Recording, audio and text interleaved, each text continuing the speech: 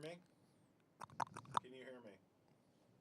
1, 2, 3. Do you hear me? The dog days of summer on a temp. I hear you now. Can you hear me? Pot it up. 1, 2, 3. Can you hear me now? Do you hear me? 1, 2, 3. 1, 2, 3. 1, 2, 3. All right. So we're going to do the thing. And we'll do it live. Oh, but I can't hear you in my ear. Hello, hello. No. All right. Are you prepared to 1, 2, 3? Are you prepared? Yeah, I hear you, but I hear you through this. I don't hear you in my ear. So this is going to be a unique little dance we're about to do.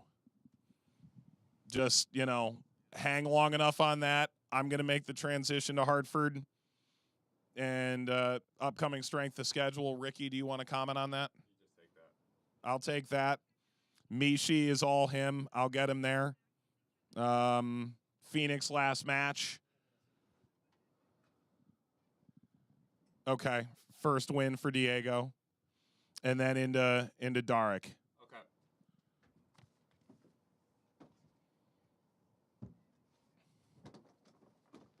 On camera, Ricky will get a comment there. Two teams that need it. Where's the game going to be won? It's in the midfield. Yep. So I'll take it. Yep. When he's done, I'll take us right to Hartford's schedule. All right. We're good. Have a great show.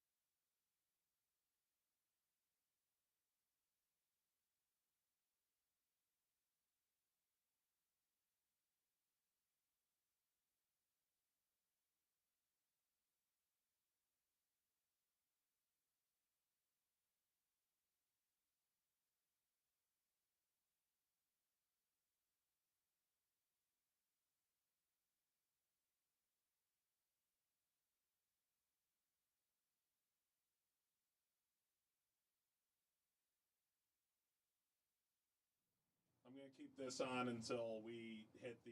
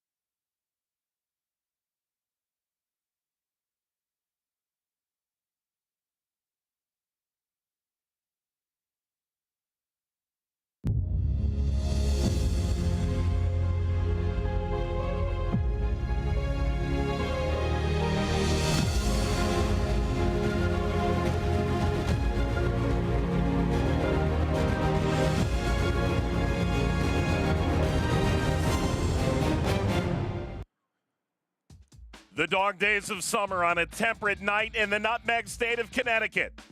Perhaps young Senegalese striker Mamadou Dieng is the striker Hartford Athletic has been waiting for. While Phoenix fans can celebrate the first start for all-league transfer Charlie Dennis. Athletic and Rising, next on CBS Sports Network.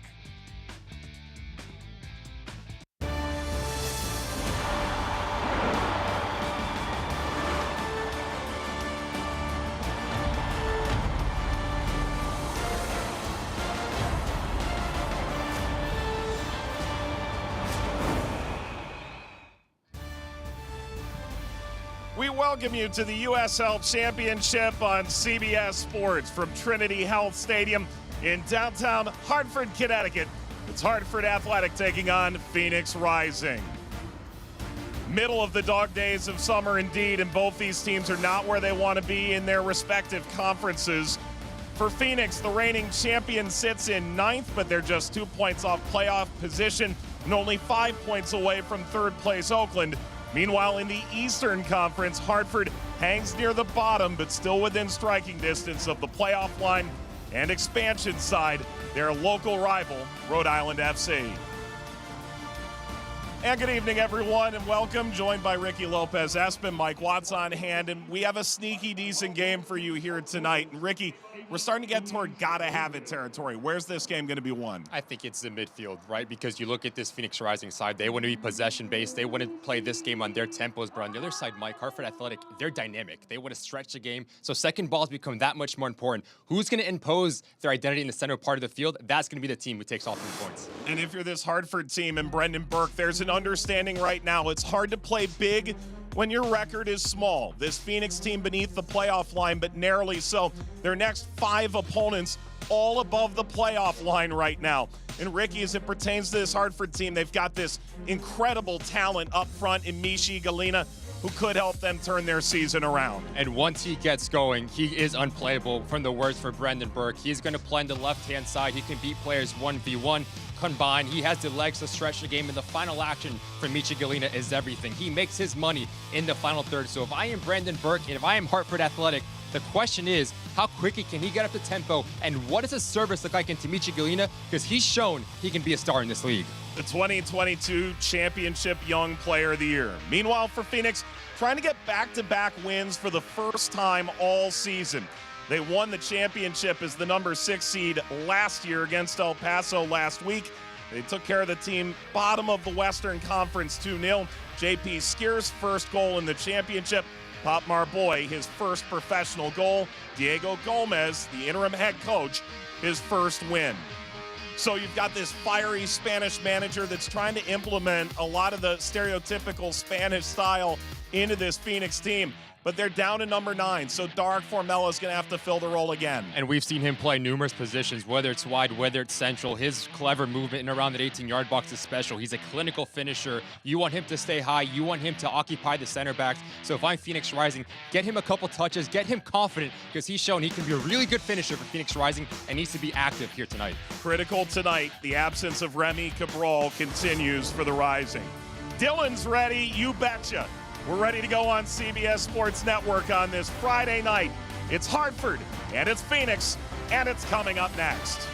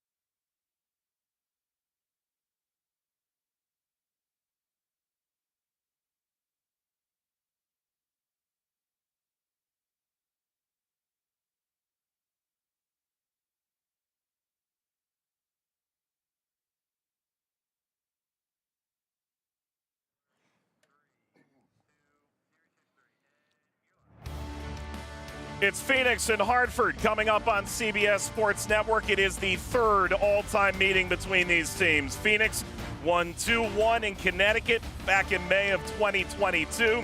Then they took a 3-1 decision in the desert in May of 2023. Only one of the 7 players that scored in those games currently rostered by either team. The main change for Hartford is their goalkeeper. He's back. Hena Hibero was sent off against Charleston for dissent. His 12th start has only conceded 14 goals. On the other side, only one change to the lineup as Alejandro Fuenmayor is available off the bench, won't go from the start. Charlie Dennis makes his first appearance in the starting 11. Here we go. It is sold out in Hartford, Connecticut on this Friday night. A rabid crowd hoping this is the turnaround game. It's Hartford Athletic and Phoenix Rising.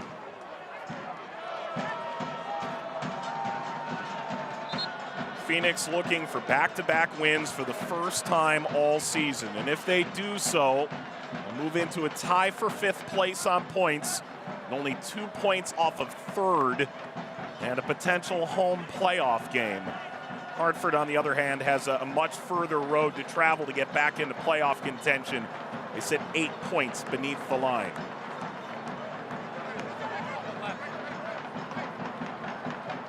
Skeers battling away. Epps unable to take it. Epps did spend part of 2022 in Phoenix before being traded to Tulsa mid-season. Moves into the starting 11. Here tonight, Thomas Van Zeil into the lineup as well. No Jay Chapman tonight. Deshane Beckford available off the bench. Varela, header toward the back post, and that's easy enough. What do you expect from Charlie Dennis in the Phoenix kit? I think much of what we saw last time out, I thought he was very good coming off the bench. The ability to arrive from a deep line position, almost just like this, winning 50-50 duels, and just keeping this game going. Him and Zambrano need to be very good at their balance. Zambrano will pitch a little bit deeper, so now you afford the freedom for Charlie Dennis just to go and search the game. Talk to Diego Gomez, expects a very good game from those 2 players in the center of the park. Hold forward by Pop Marboy. Wyke.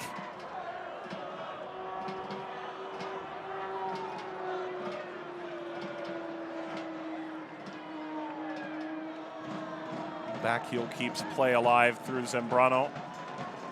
Phoenix only 1 win in 9 games on the road. They've only taken 7 points away from Phoenix Rising Stadium. Hartford actually fairly decent at home, all considered. That's where they've garnered 14 of their 17 points this year.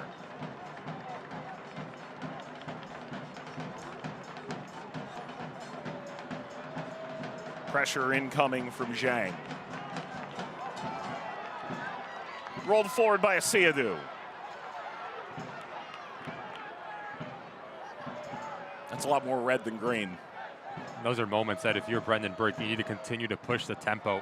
You force a turnover to 3v3, so whether it's Epps, Zhang, or Galena, put it out in front of them, let them run, and let them really test this Phoenix Rising back line.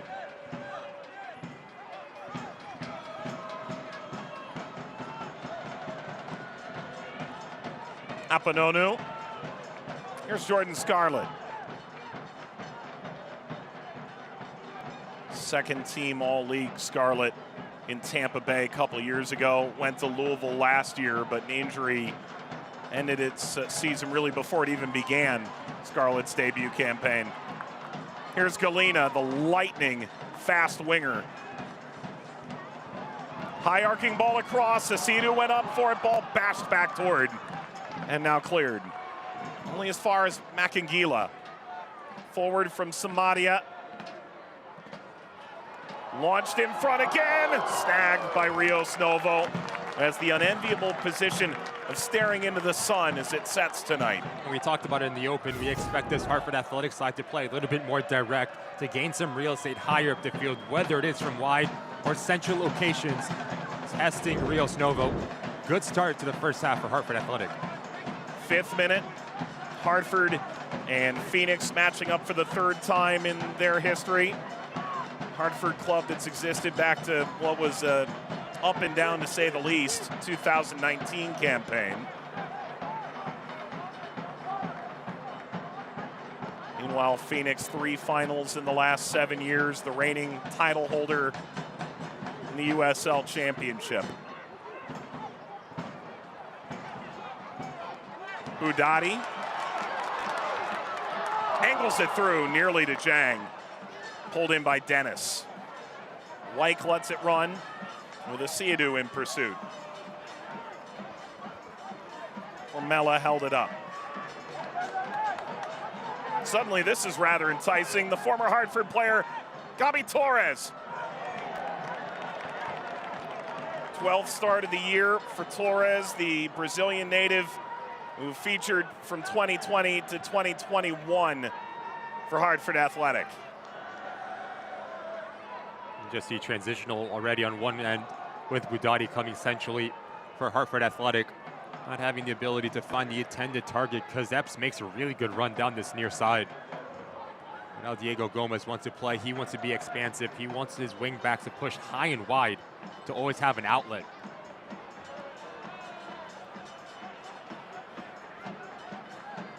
Galena. No, it's kind of funny, Ricky. You could argue stylistically the Brendan Burke teams of Colorado that were more familiar with Phoenix.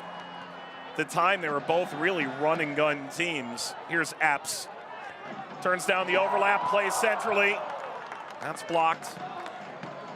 You could argue this Hartford team hasn't done that yet. Jang nearly picked it off. Back to Rios Novo and into the Bonanza.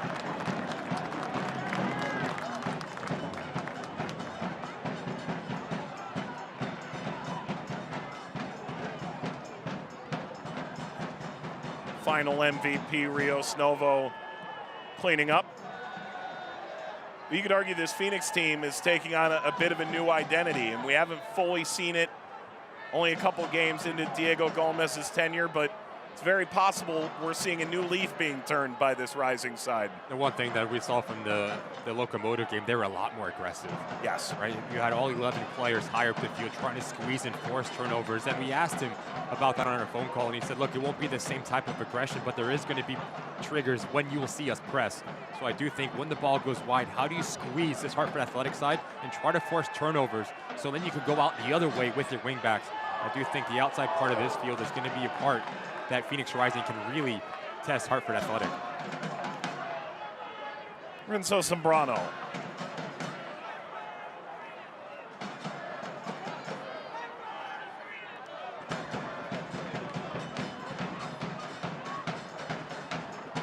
It's a Hartford team that has struggled from the jump. It's a Phoenix team, it's Asiadu chasing. Had essentially a 12-hour travel day when you consider the time change yesterday. It's the first time this year that Phoenix has traveled for a game and neither been able to train before they leave nor upon arrival. Not that they were interested in using that as an excuse should the result go against them. But Hartford has conceded first 13 times and won just one. Plenty of contact, enough to draw the whistle and a free kick. And a yellow card to Lawrence White. That's only his second in 18 games this year. You just see the pace that Michi Galena possesses. He understands as Lawrence White is pressing close to me now, if I take that long touch, I can beat him for speed. Left arm grabs the jersey of Michi Galena. Good call to setting the tempo, and a message from Gerald Flores, our center referee, as Lawrence White picks up yellow within the first 10 minutes for the visiting side. So the yellow to the former Manchester United Academy product. And a set piece for Hartford.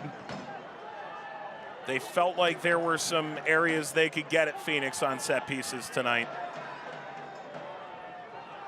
And these are a nightmare to defend if you're Rios Novo. If you're Brendan Burke, you're telling Asiadu just aim for that back post with the amount of bodies and traffic. Any sort of deflection, he can't react quick enough. No one touches it, can squeak in to that far post. There's the step over. Asiadu And the whistle had gone in advance, and as a result, the free kick will be retaken, which, if you're Hartford, is good news.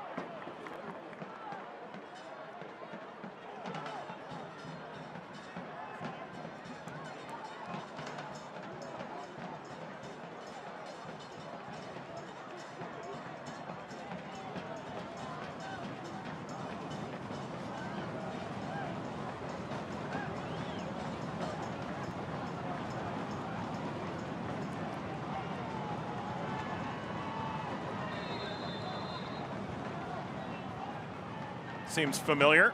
Asiadu. Oh, it is a better ball.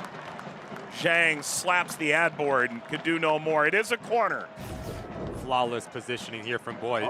Because if he does not take a touch on this ball, Zhang is right there to head it about 2 yards out. That's going to be a nice little battle that we have on our hands between Zhang and Boyd.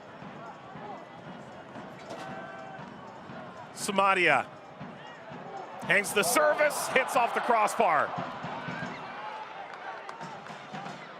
Skews to Asiadu, lets it out for a throw.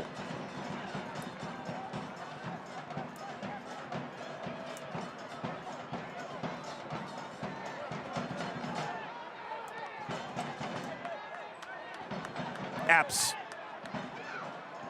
Habudati instead bangs this header across. Morella made the initial contact. It's all offside. We've got an inspired start tonight in Hartford.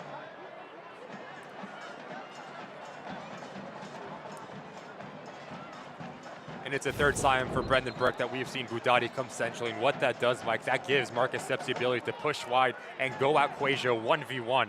A player that wants to take on his individual marker. So now if you're Quajo and JP Scarce defending, needs to be really good in terms of your rotation and passing players off. It's a nice little tactical change that we've seen from this Hartford Athletic side.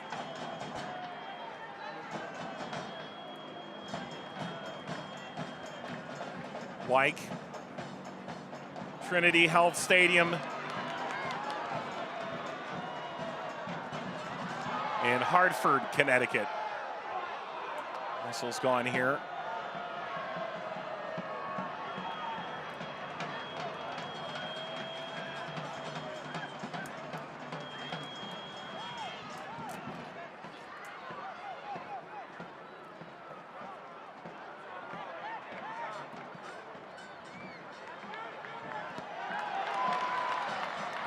.500 miles. This is nearly as long a trip as the championship can provide.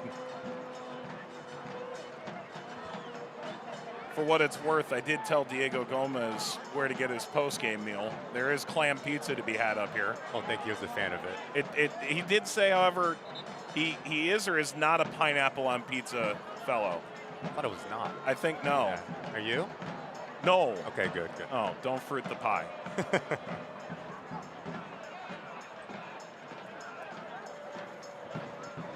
Although he spent a few years leading the Queensboro FC Academy that had so much success in USL Academy. The native Spaniard who finished his playing career in Asia and began his coaching career there as well, for that matter. Time in the Northeast. Zhang, this is offside. I think Rising having a very difficult time dealing with the high pressure from Hartford Athletic. Yes, you want to be possession-based and you want to get on the ball, but there's nothing wrong with playing direct and relieving some of this pressure that you've been under for the first 14 minutes.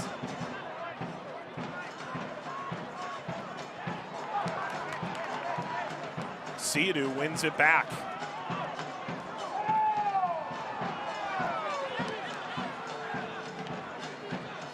And Phoenix was very cognitively aware, right? This is a front three from Hartford with boatloads of pace. And so if you allow this to become a transitional game, there are worse things than occasionally being pinned in. 100%. This is not what you want to see, for instance. Got away from Galena, but it's still there. Over to Epps. The step over got broken up. Epps knocks it down. and escapes the line away from Cuejo. Cuejo, by the way, came off in the 69th minute against El Paso. It was a frigid 110 in Phoenix. It was merely cramping. Take a look at this. Really good insert pass from Asiadu, but if you're Marcus Epps, you take that first touch out of your body. Your second one needs to be a strike on target. In the end, really good defending from Cuejo, not to dive in.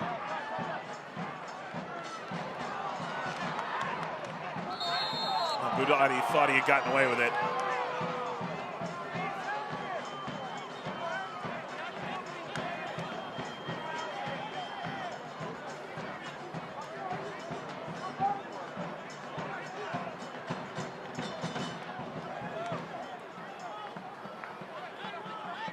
"15 minutes gone tonight in Hartford."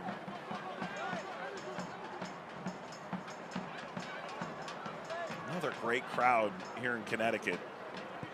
You could look at one playoff appearance since the beginning of the club and think perhaps the enthusiasm has wavered. It has very much not.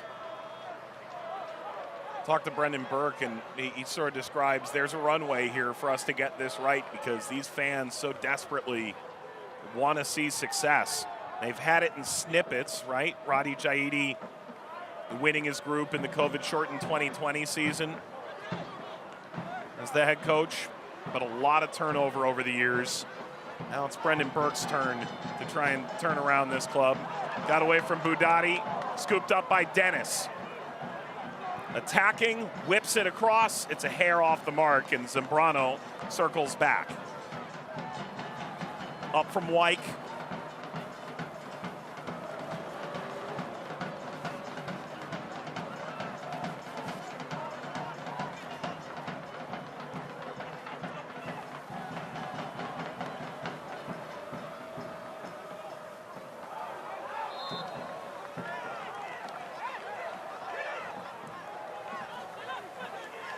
Conversely for Phoenix, right? And there's sort of a bubbling frustration. The coach is out after 17 games.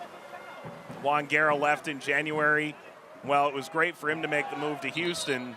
Ultimately, the club left in a bit of a lurch at that point in their offseason.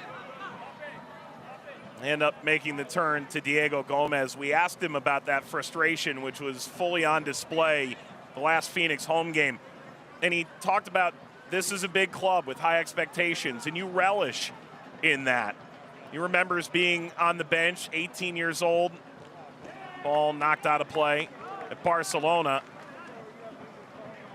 They're up 5-1 on Atletico Bilbao. They give up 2, and suddenly they're getting whistled with a 2-goal lead. Sometimes big clubs with those high expectations, you have to take it on the chin a little bit. But he did make sure to mention the fans were extraordinarily supportive from minute 1 in the El Paso game, and they got rewarded with a long-awaited win. Corner for Phoenix now.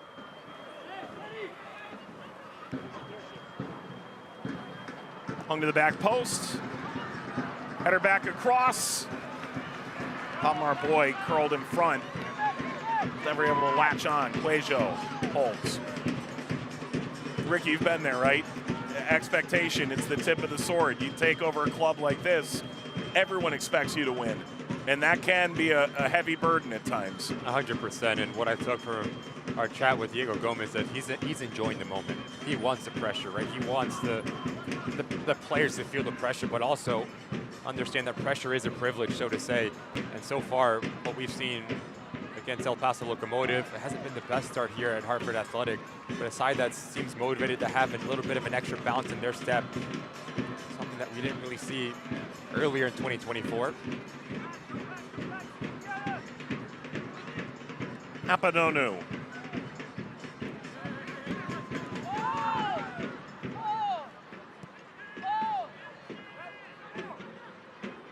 Scarlett.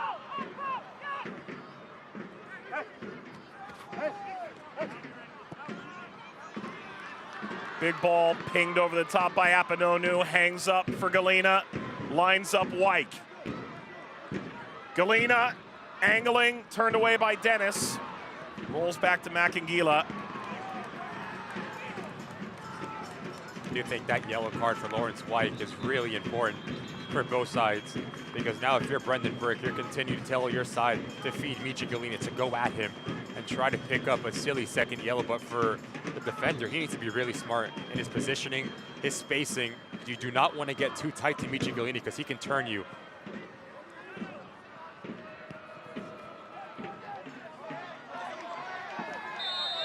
Quajo goes down under the pressure of Marcus Epps.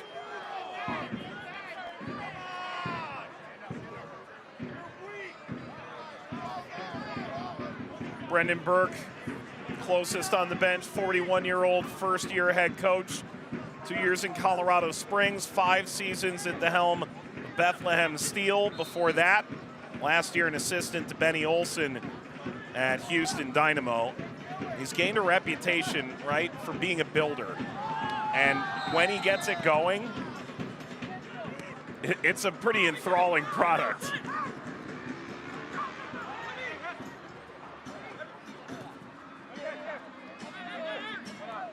Got off to a good start, have struggled through the summer.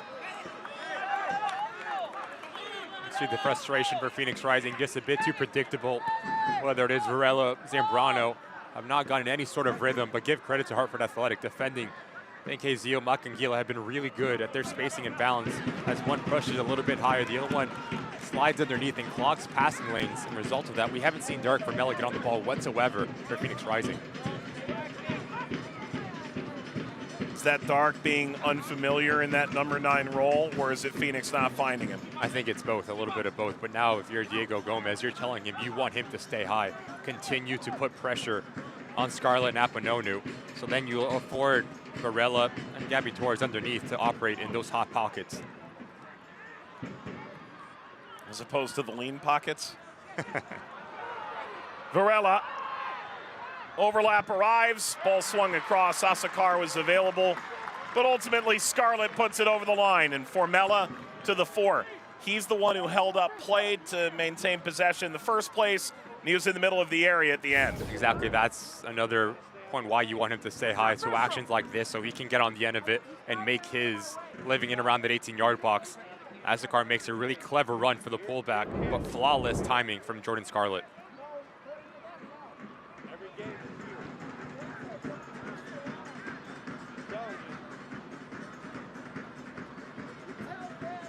Emil Quajo, 2 game winners in the playoffs last year.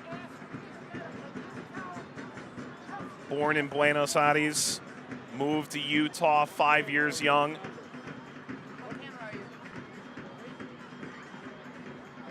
Quajo. Zambrano. No Stenberg, Traore, Cabral. And notably no Panos Armanakis. No update from the club on a player who's out due to disciplinary reasons.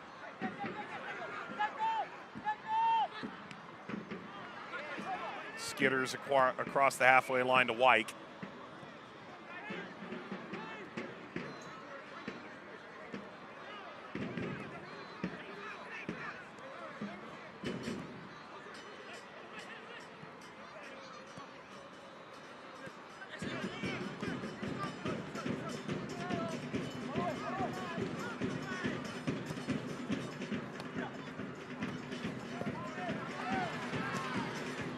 Stripped free by Van Kazeel. Kept away from Epps at the end.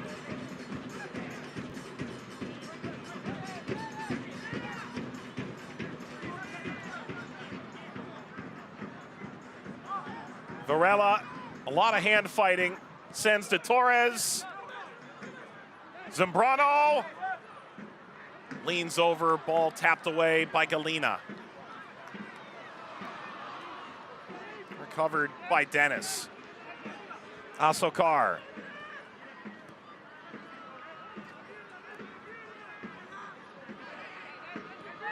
Varela. Pitchforked over the top, looping header. And Sabero to grab it off the head of Torres. First time that we've seen Phoenix Rising have the ability to break the initial line of pressure through the midfield. Fede Varela picks up a nice little pocket off of Makangila. give credit to the midfielder. He does extremely well. Epps slicing through for Zhang. Potmar Boy again.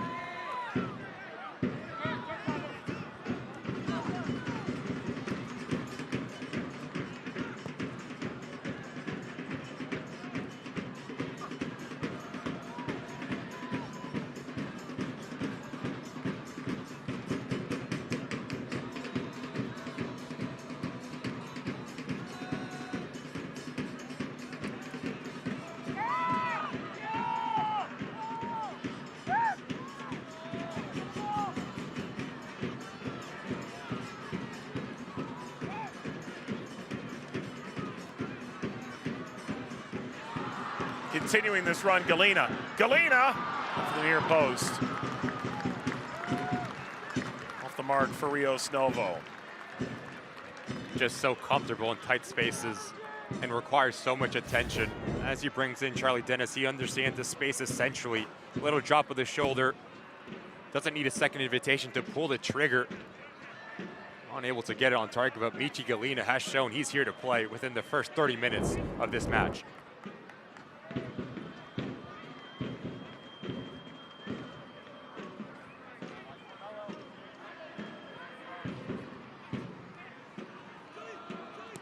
Popped over, Apononu is there. Comes down to Wyke, out of play.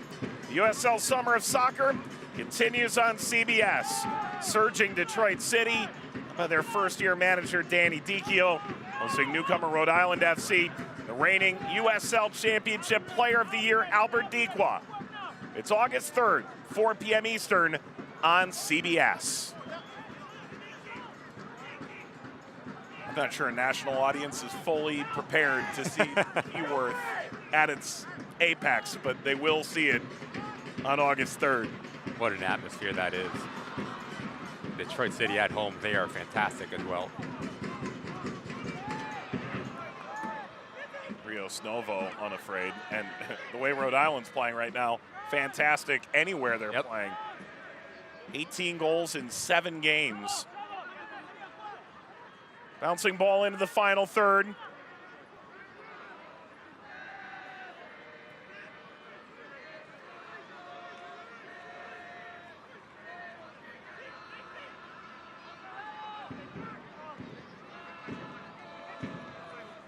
Skierce. His first goal in the championship.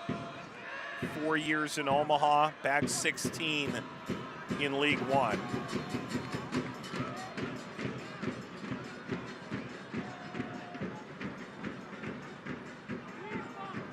Formella.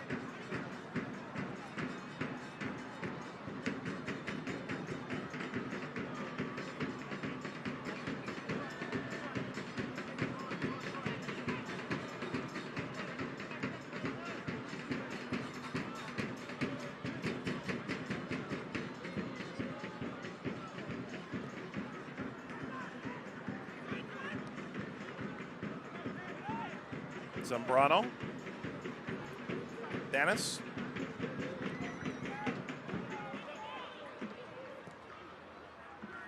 Wyke. Offside flag is raised. It's the first time that we've seen Phoenix Rising put their foot on the ball and have it circulate. Let's say a little bit more of that patience if you're Diego Gomez, because that's when you're at your best, when players are connected. You have options through lines, but also Derek Formella making that run down the channel.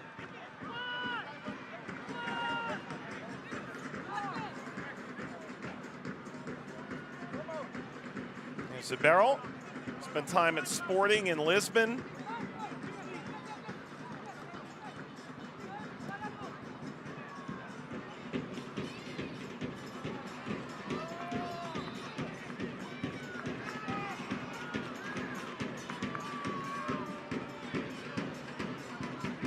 It's the same thing that we've seen from Hartford Athletic. You play short on a goal kick so you can bait that first line, just in hopes that you can play over the top into Michi Galina. He wins the initial ball. Now you bring in Zhang into the game. So if you're Rento Zambrano, when you drop off and supply a little bit of support and defense to Lawrence Wyke is going to be key. Torres.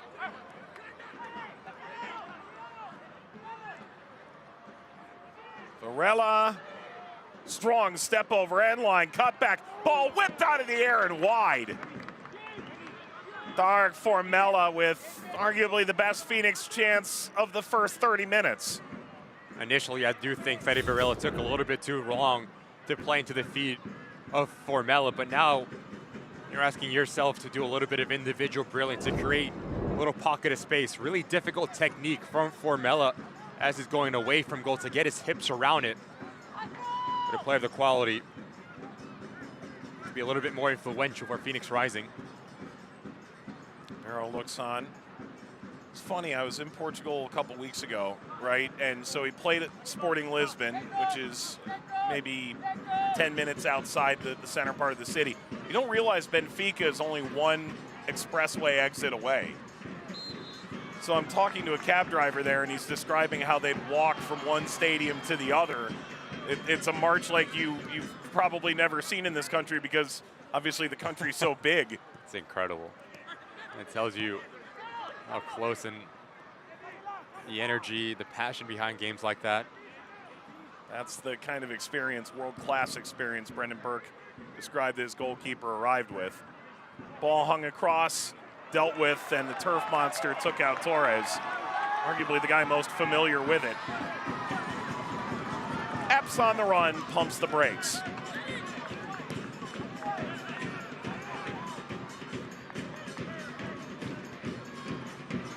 Van Kazeel. Couple options percolating in the middle.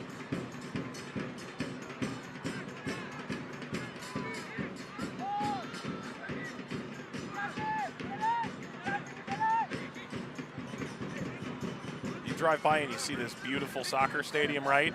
You go, wow, well, I wonder when I'm going to see another one of those. And you go half a mile down the road. Right. Makagila. This is right off the expressway here in Hartford.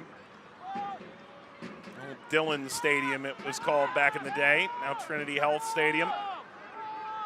This plot of land was home to the Hartford Bicentennials of the old NASL. It's a project that was actually dedicated back in 1935. Good move by Asiadu. Epps has ideas, hangs the cross, got all the way to Wyke. Samadia. Whipped in front. Asiadu camped, not as far as Budati. Former MLS Super Draft, Mr. Irrelevant. The last pick of the draft by LAFC. To be fair, 7 of the 8 previous picks were pass.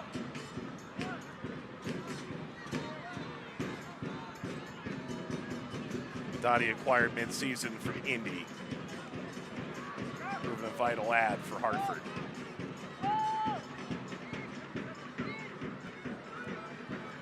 Apanonu. Budati.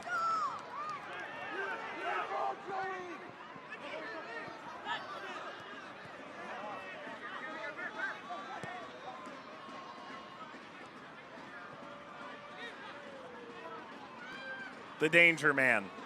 Into Zhang. Return to Galena. Plenty of contact, a long look. Gerald Flores says nothing at all.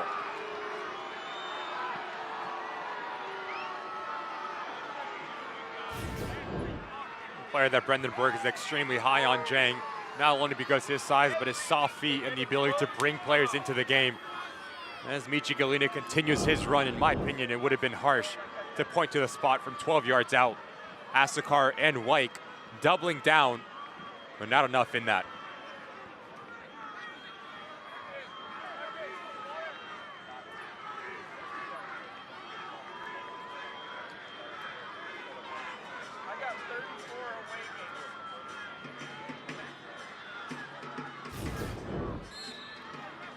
I think Galena knows he's not getting to the end of this, so he goes down a little bit too easy. How good has he been 35 minutes in? And ultimately, you brought him in to do that 90 minutes week in and week out. And it was interesting when we asked Brendan Burke about him, he said, look, since Shane took a little bit to develop to get up to speed in USL Championship, a lot of the pressure was under Michi Galina. Teams had the ability just to circle in on him, to double, triple team him. But now, as Jang is getting his feet underneath him, he's starting to be more productive higher up the field. Now you have the responsibility split between two weapons. That's a great ball. Down the line, that is not a great ball. He's going to want that one back, Asokar. And up.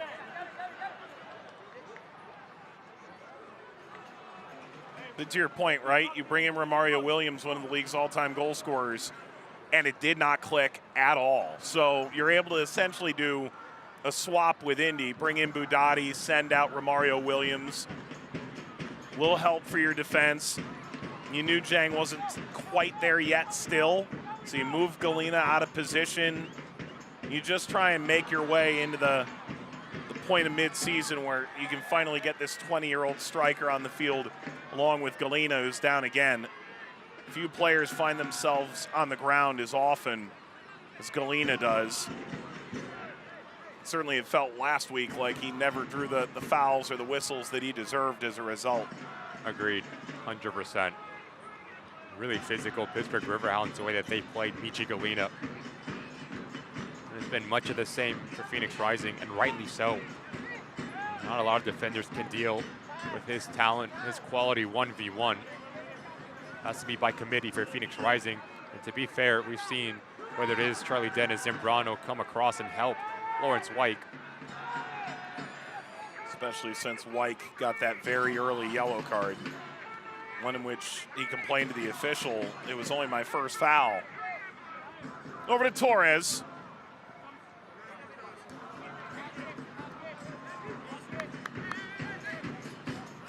Not much in this game yet, and actually Phoenix has an expected goal advantage to this point, despite Hartford likely feeling they've had the better of the play.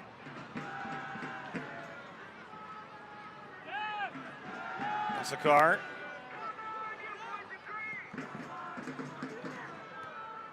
Ball snapped back across off the mark.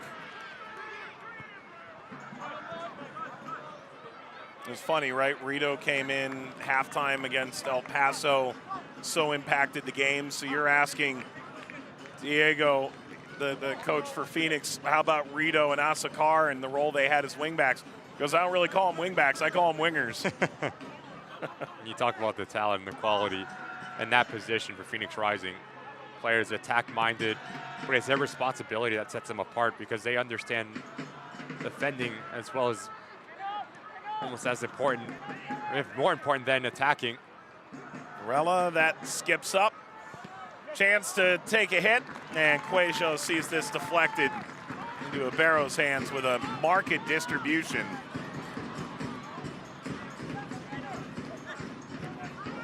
Starting to settle into this game, Phoenix Rising centrally. Zambrano pulling the string, so now you afford Varela, Cuejo, and Dennis to fill in the gaps higher. Now, if you're Venke Zio and Makangila, helping out your two center backs become top priority at clogging those passing lanes and winning those 50-50 duels in central locations.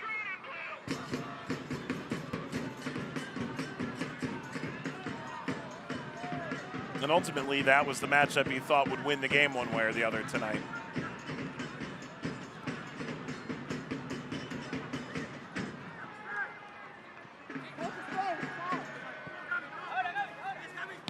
Apps.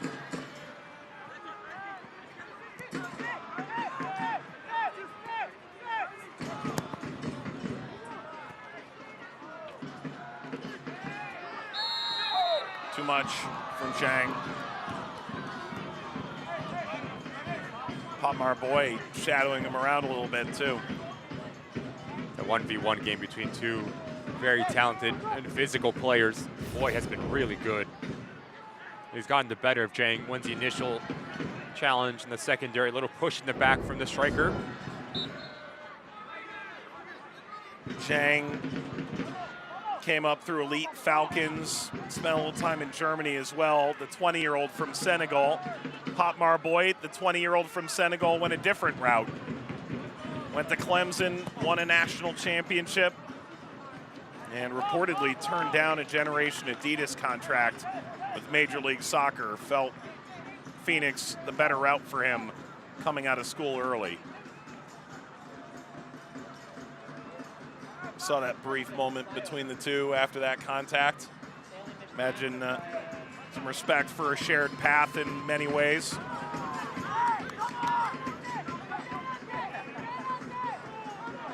Cuejo shrugged off Macangila. Zambrano.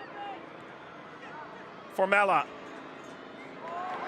Wow, what a move. Samadia, that was a big risk with Asakar breathing down his neck.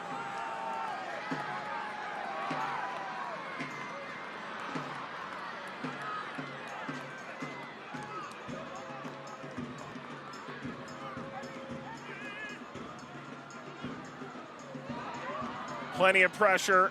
Scarce wins the battle. Advantage played.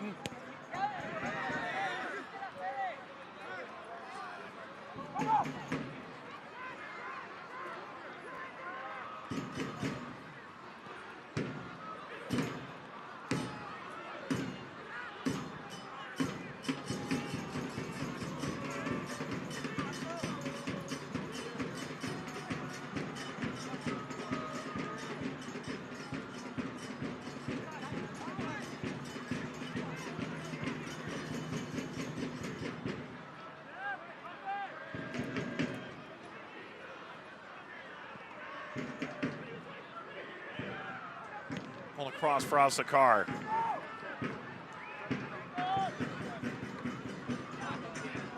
Chested down, angling Cuejo. Finally impeded. That is a free kick. It is a remarkable place to win a free kick off Van Kayziel.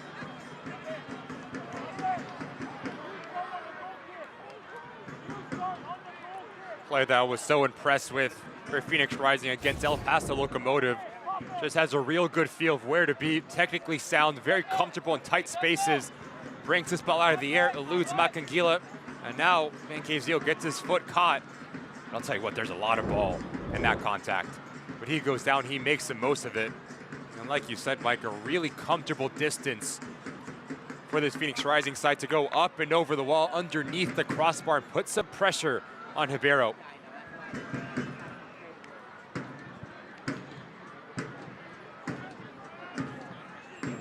Penny for Cuejo's thoughts.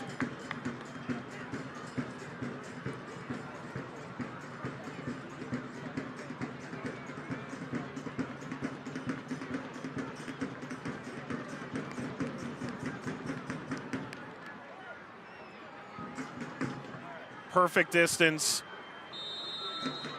What can Cuejo do?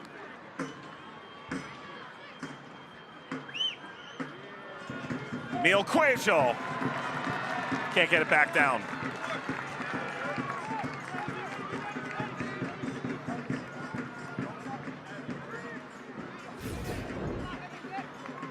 Just leaning back the whole way. Tries to hit it with the straight leg to get the dip. But as you lean back, your balance is off. That's why it goes up and over the crossbar.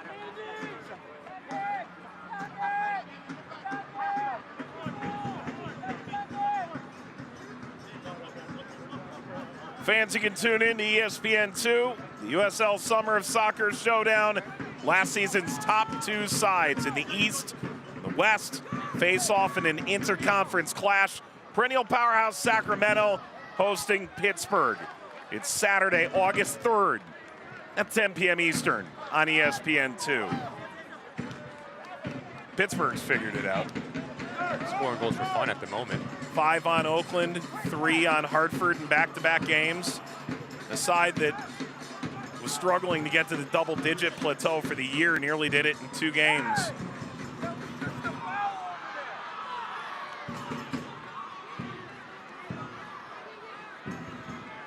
Top of the area, contact galore, play on.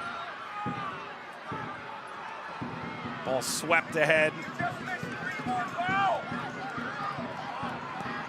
Budati. Like. And Rios Novo snags it before it caroms out for a corner.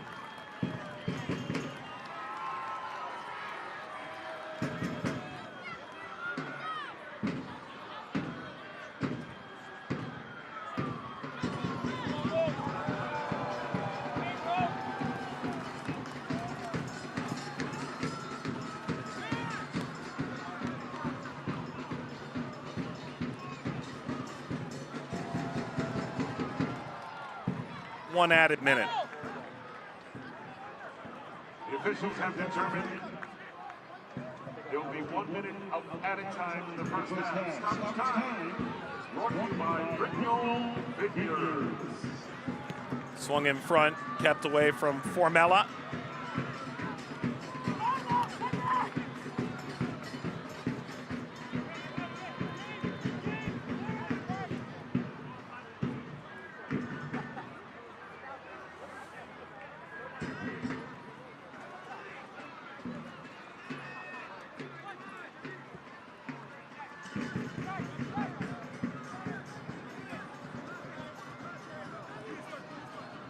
Torres. Ping back from Quajo. Handed back to Hartford. Akagila. That'll come with the card.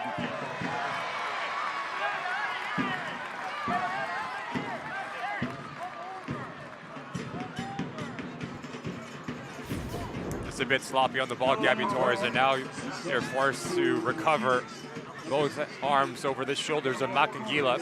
Gonna get you in the book. Denial of a transitional moment. So now him and Lawrence White in the book for Phoenix Rising.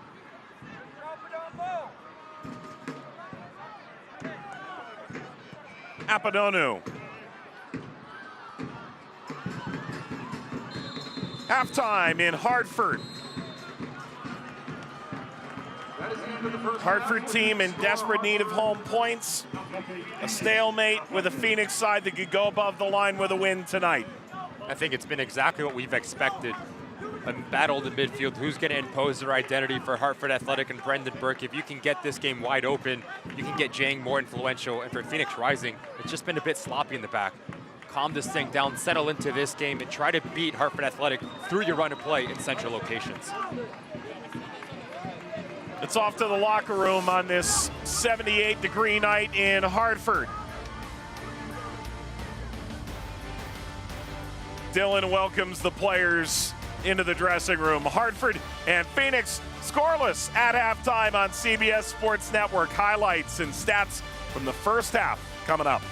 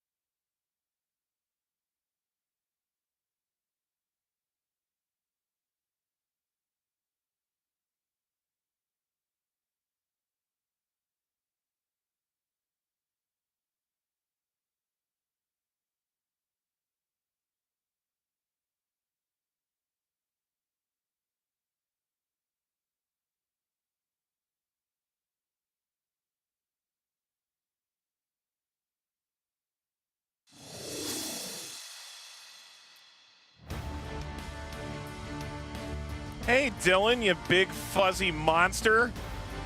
Good to see you, pal. Hartford and Phoenix scoreless at the half. Mike Rickey, let's walk you through what's happened in the first half of play here in Connecticut.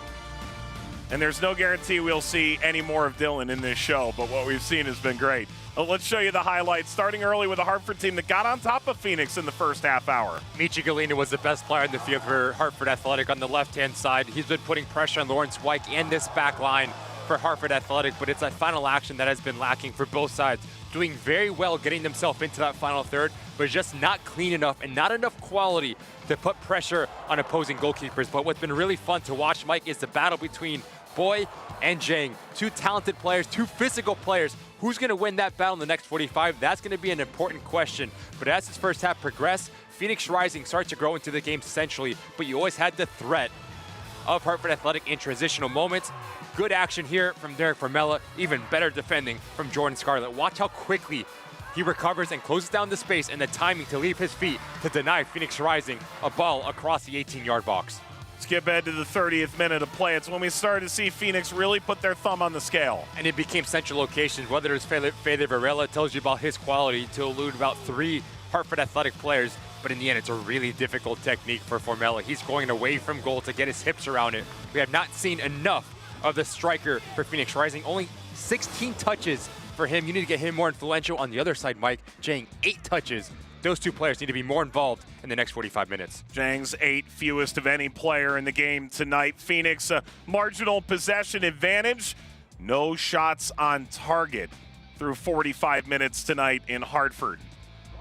So something's got to give. It's a Phoenix team that has struggled on the road, just 1 win. A Hartford team, well, it's got a very similar road record, but at home, look like a side that's up for the fight. Hey, it's Dylan again.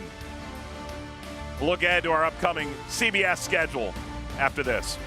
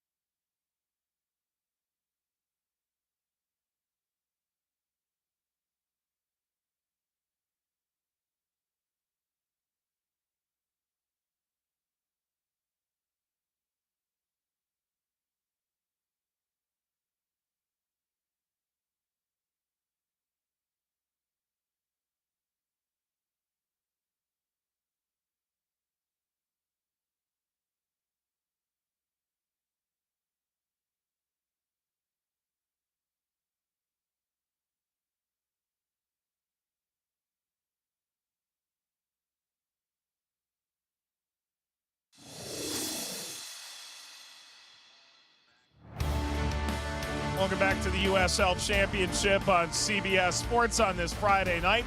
Longtime captain for Hartford, Danny Barrera, has always got plenty of jerseys out in the stands. Phoenix and Hartford scoreless at the half. Come on back into the booth, everybody. That's Ricky Lopez, Espin, Mike Watts as well. You know, if you're this Hartford team, the Eastern Conference playoff picture is still very much within your grasp. And as we look ahead to our upcoming game on CBS on August the 3rd, the East is a little bit stratified, isn't it? You've got those top couple of teams. They're all going for that number one seed. With it, maybe the Shield. Then you've got the group around the home playoff line, the top four. And then that group trying to just get in. With how tight it is or how untight it is, whether in the Eastern Conference, but there's one thing that stays constant in USL Championship. If you go on a run of 2-3 games, you push yourself back into that picture, and that's exactly what Brendan Burke mentioned to us. After this next 2-3 games, if they don't pick up 3 to 9 points, it's going to be very difficult to get that playoff line, but that's exactly what you want for a fan. Games that mean everything so early in the season. Well, we got a game that means a lot on August 3rd. Rhode Island, they're legit all of a sudden, aren't they? Cano Smith is pressing all the right buttons to get the best out of his side, scoring goals for fun. But on the other side, we talk about this Detroit City side at Keyworth. How do you feed off the energy in that hostile environment? Saturday, August 3rd at 4 p.m. You have to be watching that game because it's going to provide some fireworks. You'll see it on CBS. Rhode Island mentioned 18 goals in the last 7 games. Meanwhile, Detroit City, a side that made a nice run in the Open Cup, unseated the reigning champion Houston along the way, and they'll be at home. It'll be a heck of an atmosphere. And the USL Summer of Soccer continues on CBS and ESPN networks. July 31st, you'll see that very Detroit side take on Hartford on CBS Sports Network. That's Wednesday night. Then Saturday, August 3rd on CBS Detroit and Rhode Island. Pittsburgh and Sacramento get plenty of action on ESPN2 and CBS Sports Network at the beginning of August as well. It's halftime here. This is a good place to have a green fuzzy hat. Hartford and Phoenix scoreless at the half on CBS Sports Network.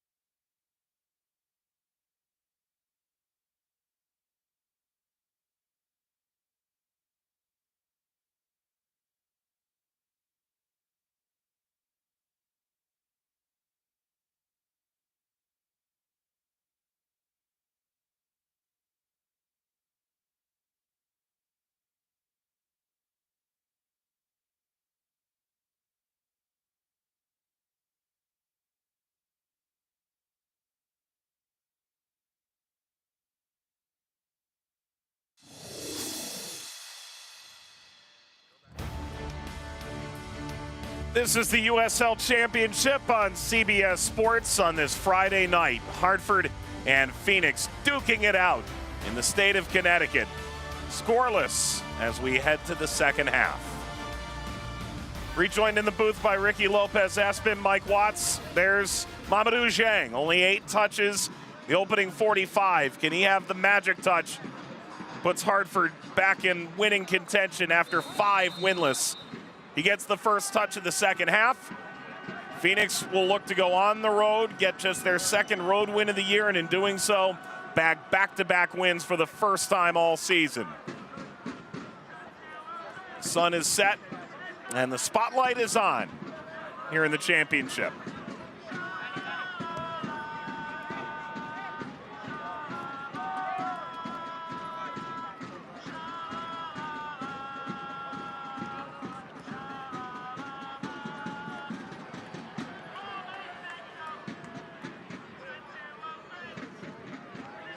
Angling forward, Budati seeks the return by Cuejo.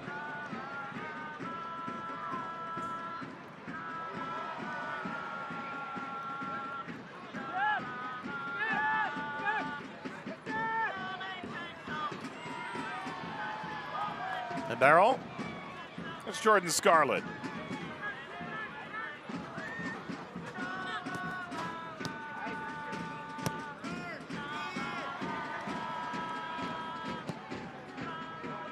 Gila.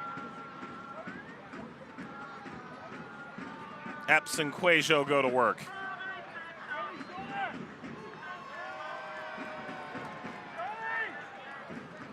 Epps got a step. Cuejo got a piece. Corner.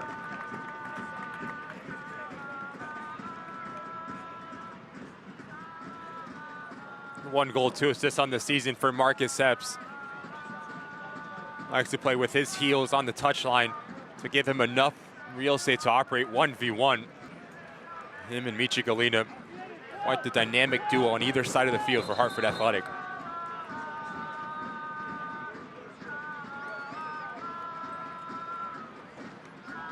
Hartford will take a Bank of America corner kick. Watch the keeper.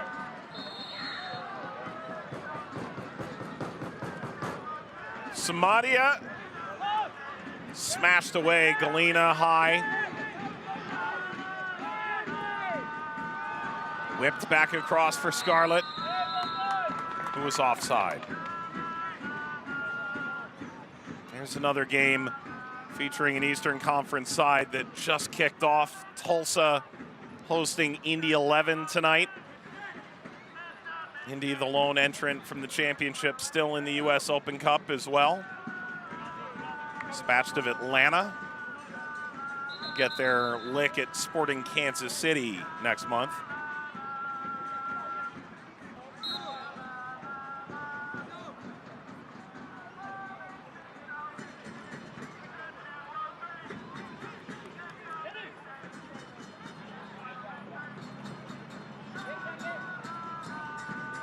That was some kind of pass.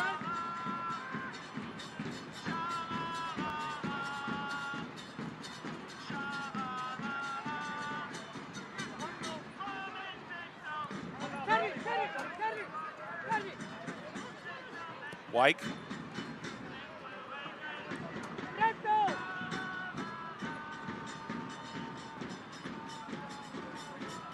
Stepping by Asiadu.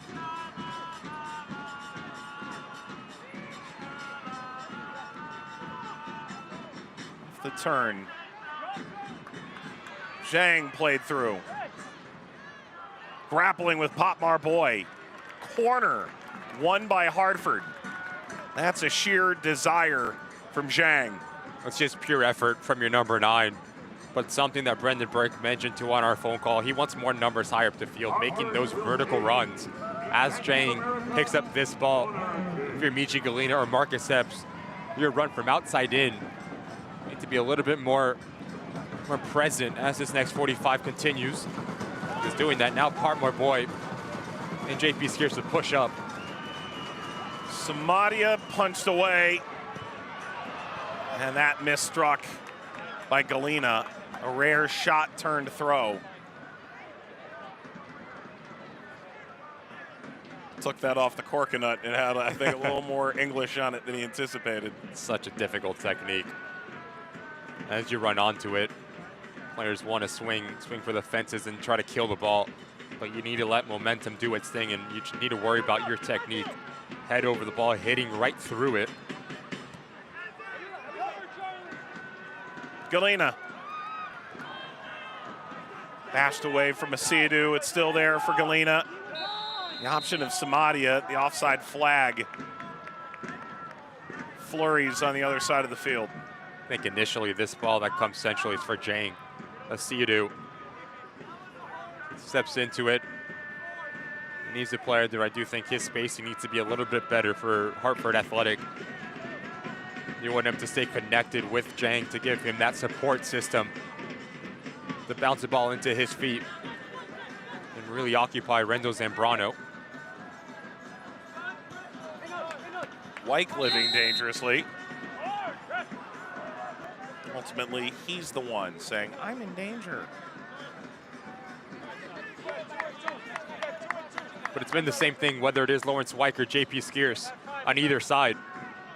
No real options to bounce past, whether you are Charlie Dennis or Gabby Torres. You need to have a little bit more of a presence to drop down and be some support for the outside backs.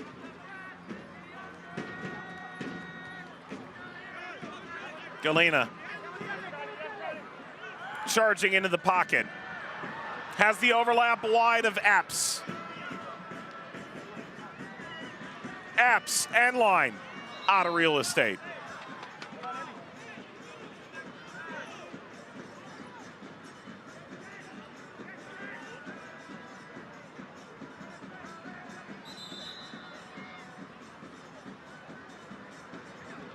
Three-man game for Hartford Athletic. Fantastic run in from Jang. What that does, that pulls out Boyd. And now you allow Marcus Epps to come around the corner and join the attack. Michi Galini just overhits it. Now you're sending Marcus Epps towards the corner flag. You take a little bit of weight off of this pass. He has the first touch towards goal. A little bit of a glimpse of how explosive that front three for Hartford Athletic can be.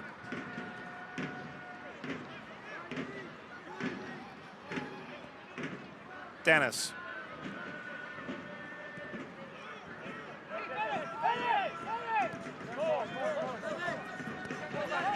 Varela.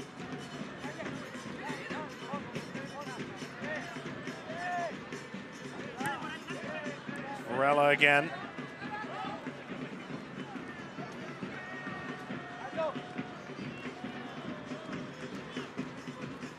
Wyke. Push Phoenix back.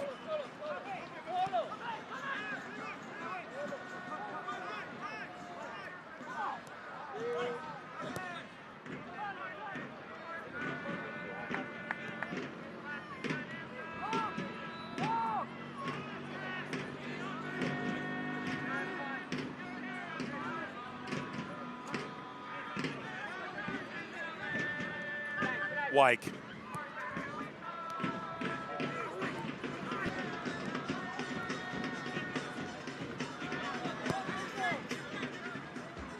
All the way down to Rios Novo. Phoenix will be on the road again next week. They'll go to Colorado Springs. Ball lobbed ahead. Asakar got the shot away. The hefty rebound snagged by Ribeiro. Asakar's played very centrally today. It's really good recognition from the wingback, because as Formella drops in, now you're asking him to make this run from outside in, off the shoulder of Scarlett Apononu. Love how he takes it first time, but straight at Ribeiro. Straightforward save for the goalkeeper. Galena knocked off the ball. Dennis spots the run in behind. It's intercepted, but it's brief from Apononu. Now sent in over the top. That whistle was late. Formella nearly paid a very difficult price. Scarlett arrives. There is no VAR in the championship, so so often you'll see that ball played over the top, and it's a very quick decision. It's not worthwhile to let it play out at the potential risk of the player.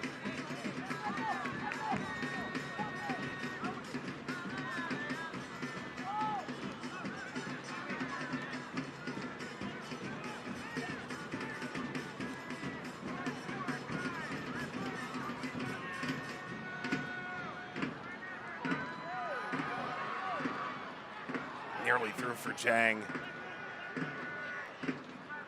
By the way, you see the Olympics implementing VAR now. I mean, look at us go. I mean, did you see what VAR had to do with the Argentina game? The game that was over until it wasn't.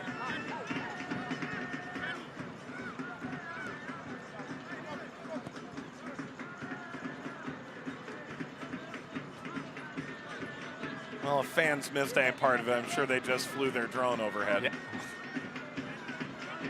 Knew it was coming, right? Mm-hmm.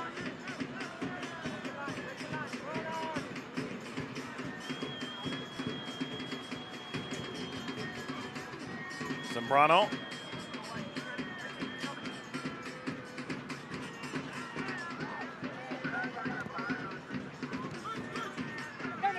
Of course, the opening ceremonies for the Olympics today, going down the River Seine. I did notice a few memes that existed about what they'll do in LA. They just have it in traffic on the I-5. We'll worry about that in a few years. It's tomorrow's problem. It is. Scarlett.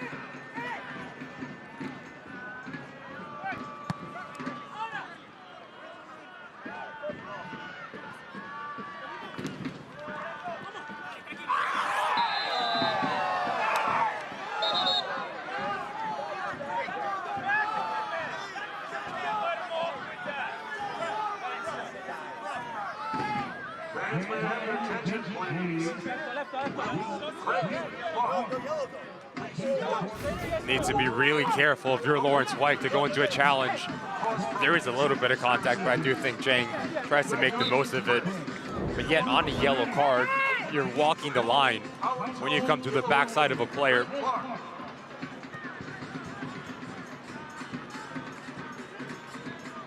So Wyke avoids a potential second yellow. Fuenmayor is available tonight. They decide to make a change there. But it is, again, a short bench for Phoenix, including no Traore nor Stenberg. Defenders that could really help out on a given day.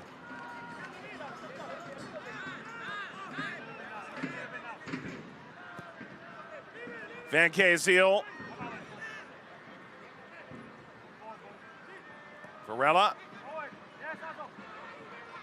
Space to roam for Formella. Al-Sakar.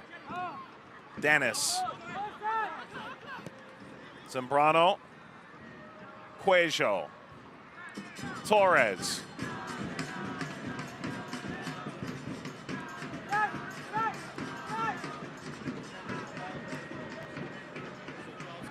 Al-Sakar.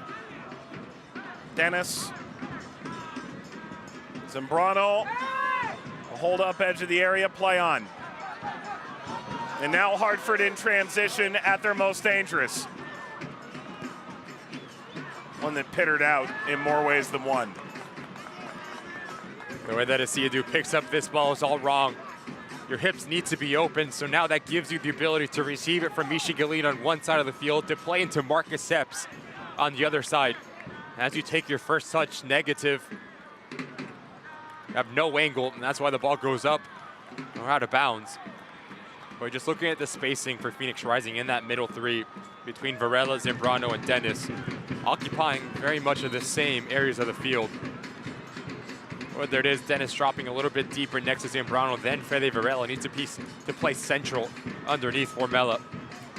Too many times you're playing in front of Van Kayziel and Makangila, so that just gives them the ability to step in and win those 50-50 duels.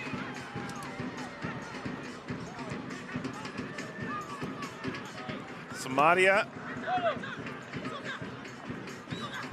Asokar. Varela. Formella.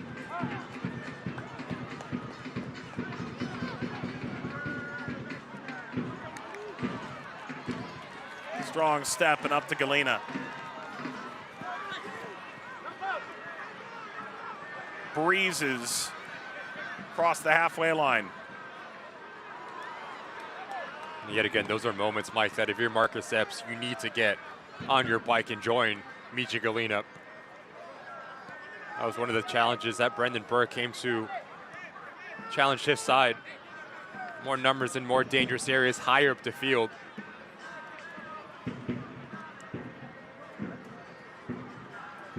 Approaching the end line, ball sliced and eventually cleared. Hangs in off the head of Wyke.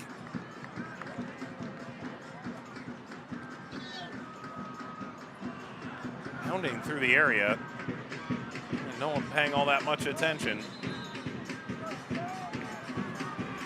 And that throw stymied.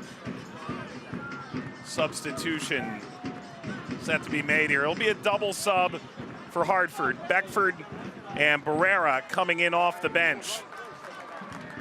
Barrera's 8th appearance of the season. Should eclipse 200 minutes on the year tonight. All 6 years. In a Hartford kit since the club launched. Seadu and Epps come off. Number 10. Gives you a true number 10 presence. They're going to play in the pocket. Danny Barrera, I'm not going to roll my R like that. But now you have the runners off of him. It's a good tactical change for Brendan Burke. Also entering for Hartford, number 31, Machine. Can you roll your R's like the PA announcer? I cannot. That was impressive. Yeah, it was. And it's a risk. Someone who also does that for a living, that's a big risk. But he stuck the landing. He did. That was very impressive.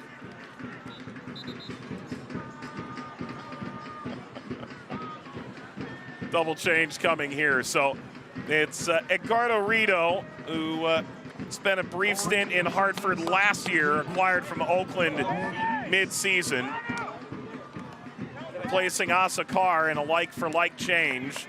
Into the game, number 7. And then Damian Barker-John, who grew up in Queens, played at Queensboro for the interim head coach Diego Gomez, drafted by Real Salt Lake. After a stint at the University of Louisville, the 19-year-old gets a chance to play close to home, replaces Gabi Torres, who's returned to Hartford, runs 62 minutes tonight.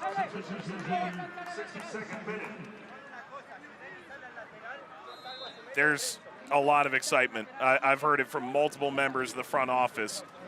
And to be fair, Barker-John, not just an explosive 1v1 player, he also just brought a note over to Dark Formella. So you wonder what's been written in the stars tactically for him. I think it comes down to spacing for that front three now for Phoenix Rising. Formella to play centrally. And that does two things. Now that gives him the ability to get on the end of things. As a striker, you want to score goals. And also Barker-John, now it gives him some space to go 1v1. Much like we saw Marcus Epps peel out to create a little bit of space to run downhill. Rito, first time. If you're a Hartford defender, you have to be looking at Barker-John with his youthful exuberance, and Rito, who's become feared in this league, go, really? That's what's coming off the bench? Barrera leading the charge of the Hartford press. Exactly going to my next point, as that front three is going to play high and wide. So if you're Budati and Samadia, you need to make a decision. Are you going to stick tight to them, or are you going to stay compact with your two center backs? And if you do push out, Samadia, Scarlett needs to push over, Aponono needs to drop off, and Budati needs to peel off as well. Very difficult for these two outside backs for Hartford Athletic in the remainder of this match. Got by Varela. Recovered by Dennis. Dennis leans it inside. Formella lost the handle. Crowd tries to will this attack ahead. Galena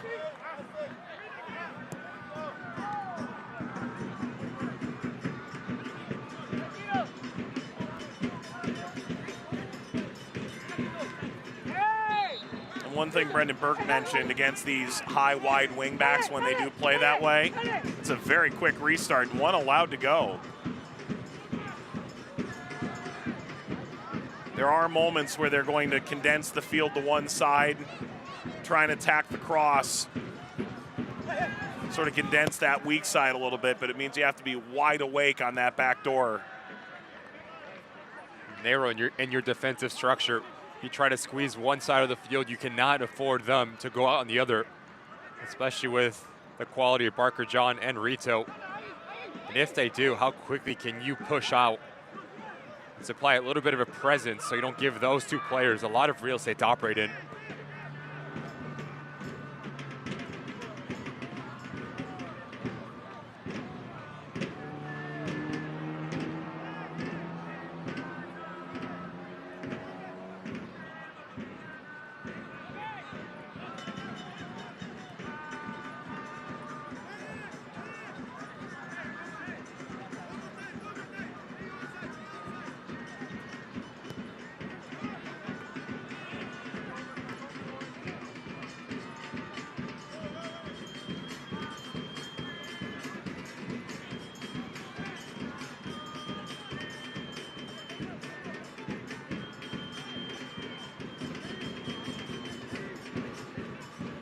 Phoenix holds. Dennis.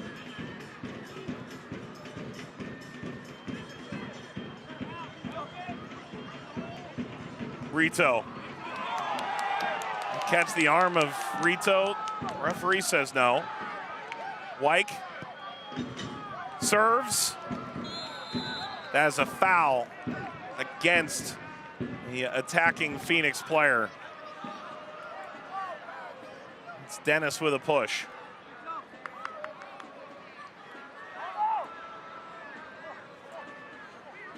Hey fans, you can watch the USL Championship on CBS Sports and ESPN platforms all season long. Live matches, expert analysis every day on the CBS Sports Golazo Network, ESPN Plus. Go to USLChampionship.com. Complete USL TV listings, including next Wednesday, Hartford and Detroit. Then Detroit in the national spotlight on CBS. Detroit and Rhode Island, August 3rd, 4 p.m. Eastern Time.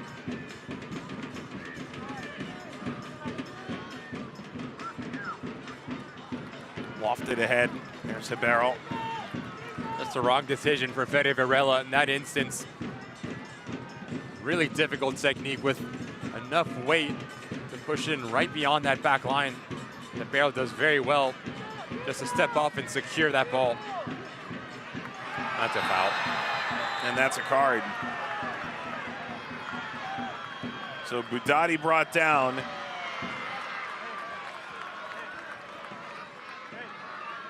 And Barker John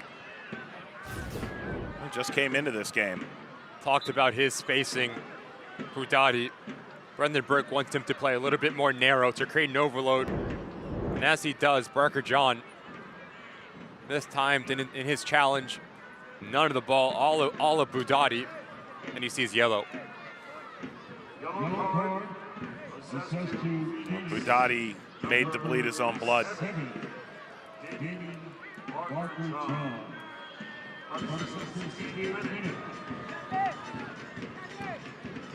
Well, now Barker John's got some skin in the game. 14 appearances for the next pro side, Real Monarchs. And then sent on loan. Same week Diego Gomez was installed. His former coach is an academy player at Queensborough. So the yellow card came, which means they can come out and attend to Budati and the apparent gash he suffered on his arm. And then he'd be allowed to return. But he's walked off the field, and ultimately sometimes better to just sit down, right? 100%. So Hartford will take this attacking set piece with 10 on the field. Ball lobbed to head, back post, sliding effort. It's still on here. Chang! Over the bar. Maybe they should play with 10 more often. Sometimes it's not the initial ball, but it's a secondary wave that can really hurt teams. Apinono, really clever, just clips this ball, but look at the timing of the leap from Jang. Asserts dominance, gets on top of the ball, unable to head it down.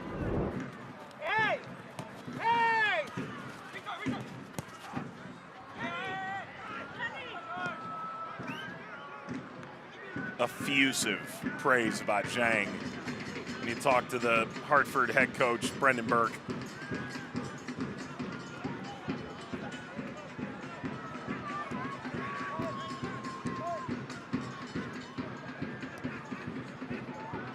Wonderful ball from Rito. Provided a well-marked option. Just no movement around Charlie Dennis. Everyone is just watching him. No one breaks the line with their run. Watch out. Hits off the back of Zhang, who is also offside.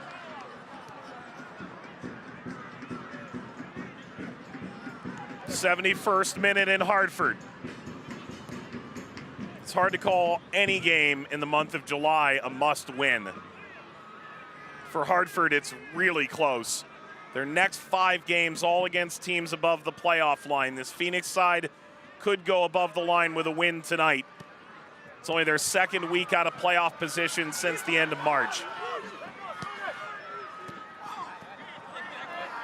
Levied into the bench.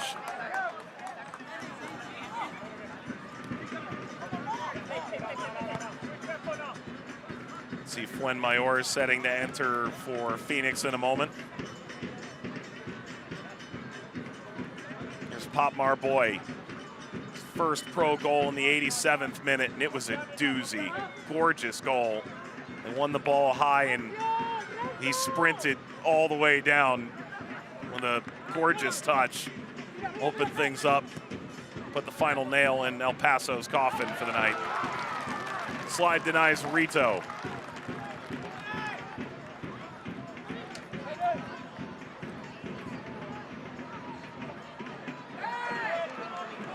Contact, not nearly enough.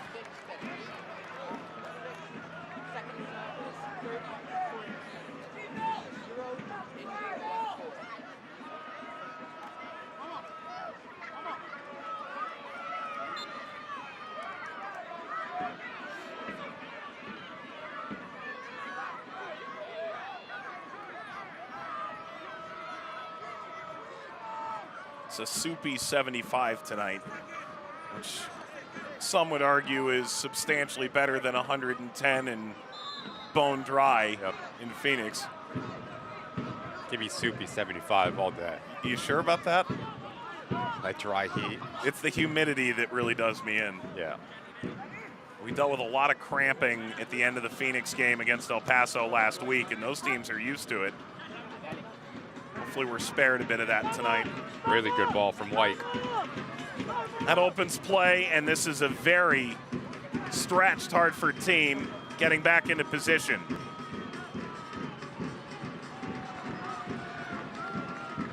Panonu, up and out. Van Kazeel.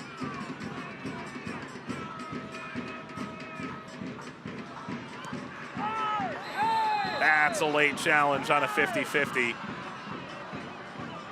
One that'll come with a card.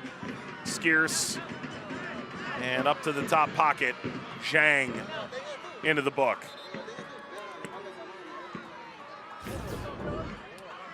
A loose ball. I'll tell you what. Zhang shows a lot of his cleats. Yeah, I've seen a different color given for that. I think he is very lucky to only see yellow for that challenge. Hopefully JP Skierce is okay to continue on. Because this is a rash challenge. The way that he approaches this ball, studs are exposed.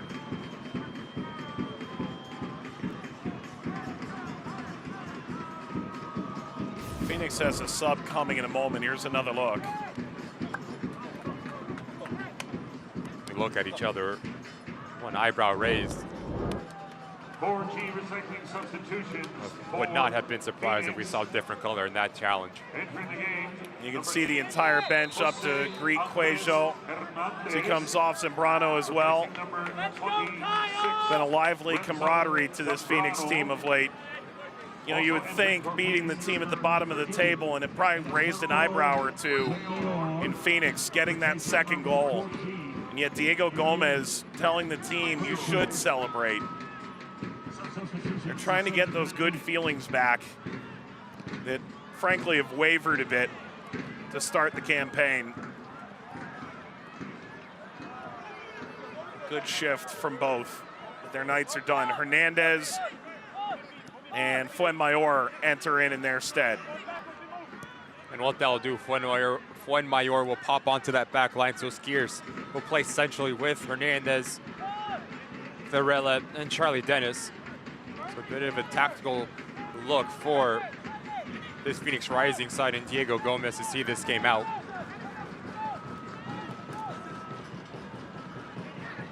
Galena found an angle. Galena, endline, whips it across. Caught between two minds. Spins out the other side. Budati kept it in. Drives, dices, he's turned away.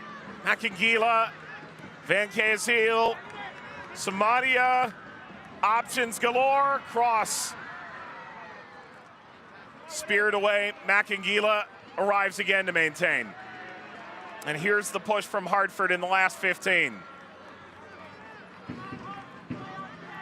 The numbers don't lie. Hartford has been dominated in the second half of games this year. If they can overturn that tonight, they could come away with a vital 3 points. First touch, disrupted but didn't take it away. Ball angled through once more, comes high. Makangila knocks it down. Pulled in by Phoenix, and they're off and running. Rito. Too much juice.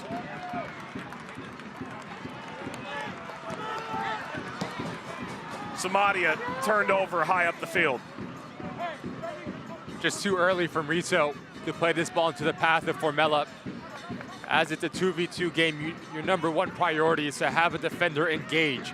And as he steps in, that's when you play the ball into space. As you play it a little bit too early, that gives somebody the ability just to come across and win the ball.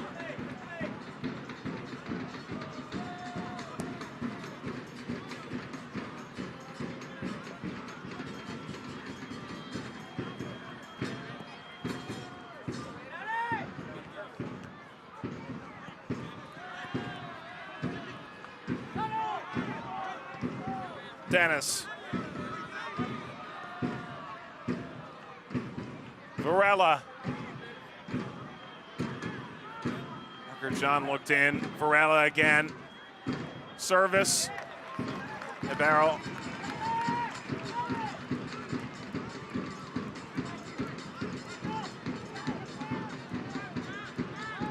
We'll learn more in the next 5 weeks than we would under any other circumstance, Brendan Burke said. Took over a team, only returned 3, arrived mid-December, started putting this roster together with what was left. Much of the market already picked over by then. They're showing something right now. Barrera, Galena, over the top on the first time, Torchang, away by Scarce. If some way, somehow, Zhang got that from Beckford, they wouldn't be talking about it in Hartford, they'd be talking about it in Bristol.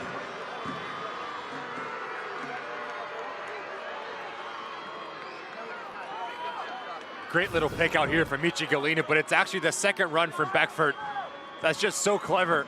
Zhang, he has the attention first gear, so that opens up the avenue on the weak side. Unable to bring this ball down. I think he's caught between two minds of Shane Beckford. Does he go on himself? Does he try to put Zhang in? In the end, it's an action that deserves a better ending. And that's the final action for Zhang tonight. In comes Kyle Edwards, former League Two Golden Boot winner, time at RGV, then Houston. International for St. Vincent and the Grenadines. Only his third appearance all season. Played a game in May, injured back in July against Pittsburgh last week.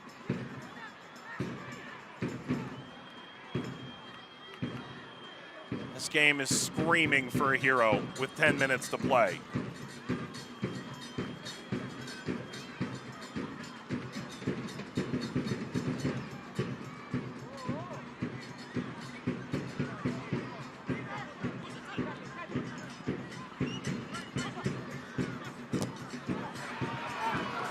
Venkezil, Galena.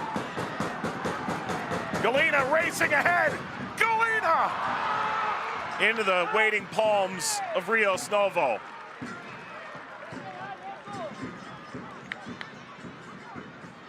Let's see how transitional Michi Galena can be. Heavy touch from Lawrence White. The run from Edwards frees his boy as he cups centrally. It's a little bit of a window, but easy save for Rios Novo, straight into his hands.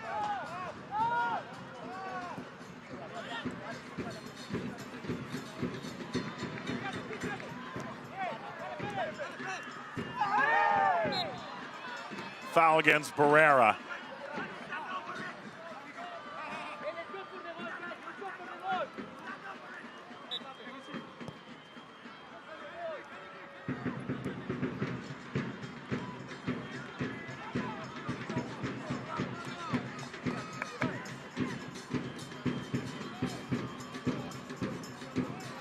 Fuenmayor's pass knocked down by Macangila. Spent time with Landon Donovan in San Diego, arrived in Colorado Springs 2021, played for Brendan Burke there. Varela, here's Rito. Rito got it back.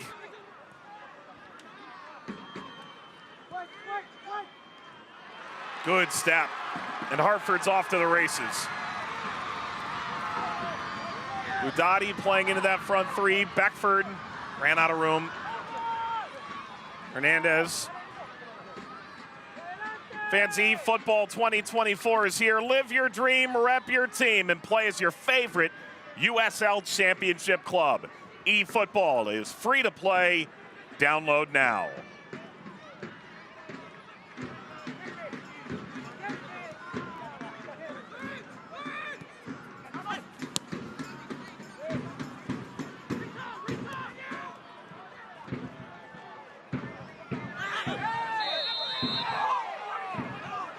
Brendan Burke drops to a knee.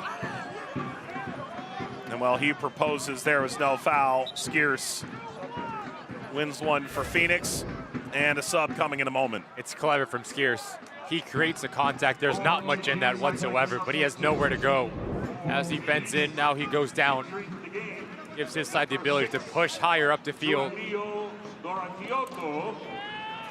Dorotioto comes on for Dennis. What do you think of Dennis's first start, second appearance? Wasn't as impactful as his first showing for Phoenix Rising, but yet you can see the building blocks. His relationship between Zambrano is just going to get better for Phoenix Rising. And when those two players click and understand the movements off one another, harder to find a better midfield duo.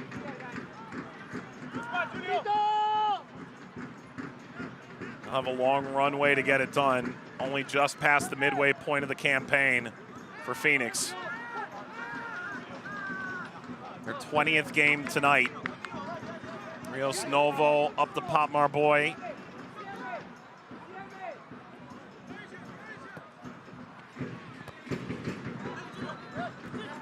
Galena.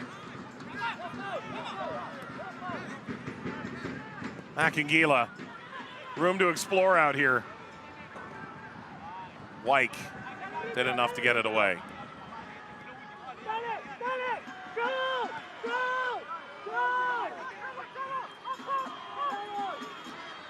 Formella. Parker John. Parker John! He got to the back of Apononu. Wins a corner for Phoenix. Nearly won the game for him. Shows a little bit of his explosive ability. Barker John, it's a really difficult ball into his feet for Formella, but as he takes that long touch, he actually rounds Apononu. The center back does just enough to recover to put it out for a corner kick.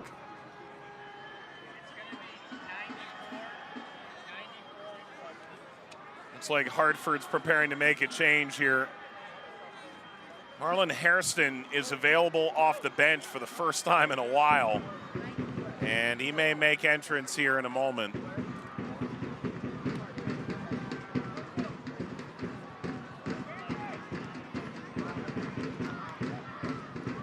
Five minutes remaining. Van Kazeel go to the energy gel. I'm confident they have found a way to make that taste better since you started playing.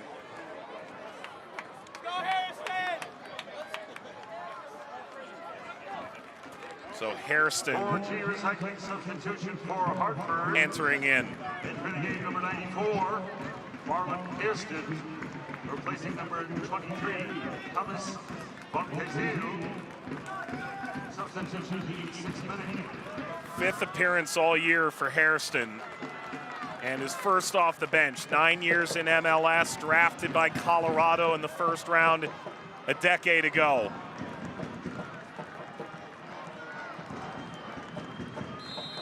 Fourth change, third window. Hartford's done. Ball across. Knocked down by Barker John. Select-sport.com. The latest Select products, specials, and more. It's Select, the player's choice. Into the attacking half. Hartford 4 wins in their 9 home games. 6 positive results, couple of draws mixed in. Hairston came in for Van Kazeel in central midfield. Advantage played.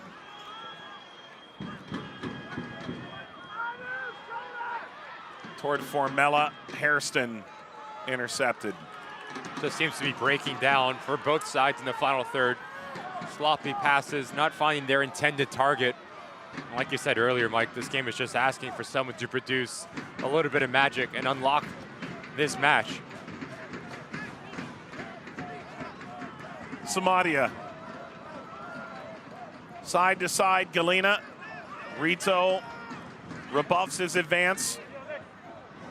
Barrera. Galena left him in the dust, plays it through. Launched to the halfway line. Scarlett.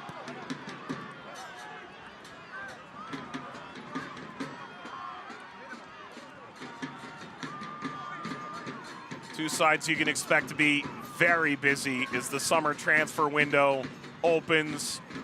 The market heaps up.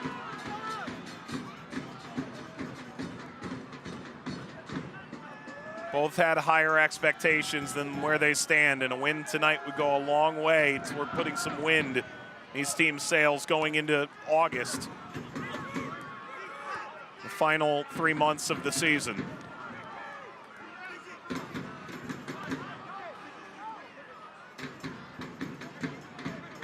Barrera spots the run down the right-hand side over Fuenmayor.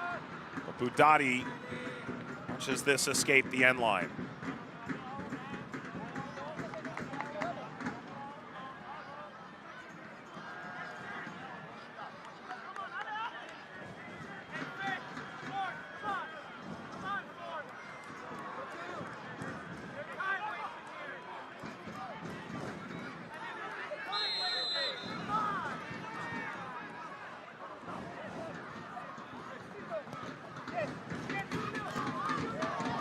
Flick on from Rito. Dortiotto playing high. Away from Formella. The seas parted for Phoenix.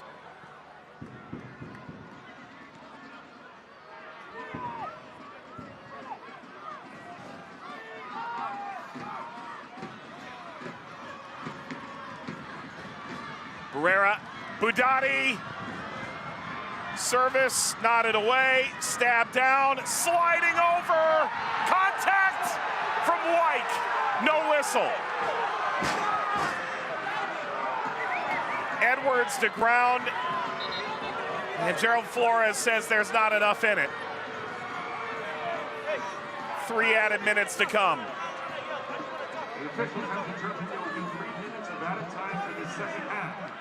Stoppage time is brought to you by Ricknoll. Really close on this one here from Edwards. He does very well to continue to be opportunistic, but I do think, just watch Lawrence Wyke, the right foot come in. He does make contact. I think Phoenix Rising get away with one. In my opinion, it should have been a point to the spot. Ball through now, Beckford!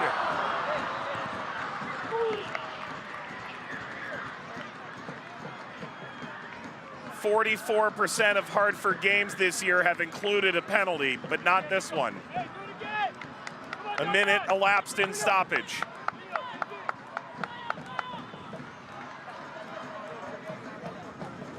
Man, what a moment that could have been.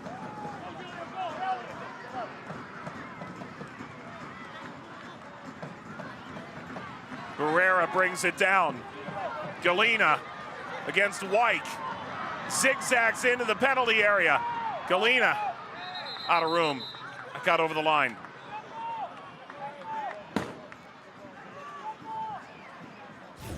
Just watch the right foot of Lawrence Wyke. He makes contact on Kyle Edwards. It should be a pen, no question about it. No play on the ball, takes the left leg out.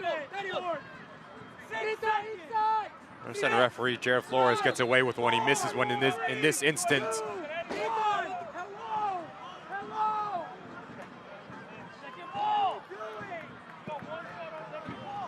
Phoenix trying to deflate the ball with a minute to go. 2,500-mile trek cross country to Hartford today. So often you look at the standings and say you should get more than the singular point. When you look at the home record for Hartford, Phoenix might do well to walk away with it. They still have work to do. Edwards lost to shin guard in the process. Bodies off Wyke, who got a piece. Dorotioto sends as far as Macangila, who spins off of Rito with half a minute to play. Macangila seeking Edwards. Throw for Hartford.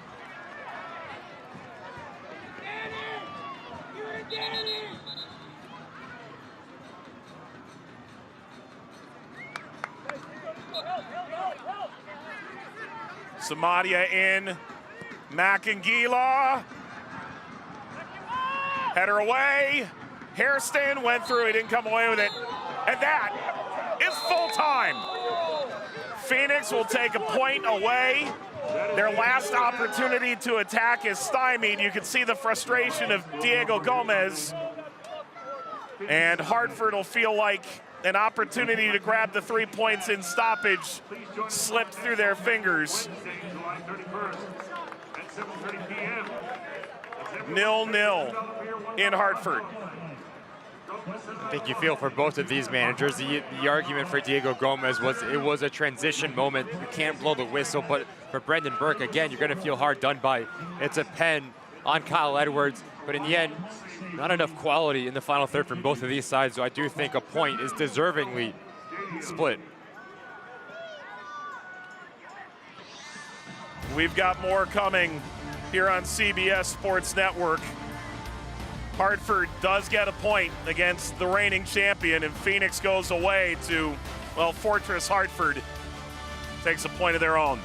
Wrap up coming up after this.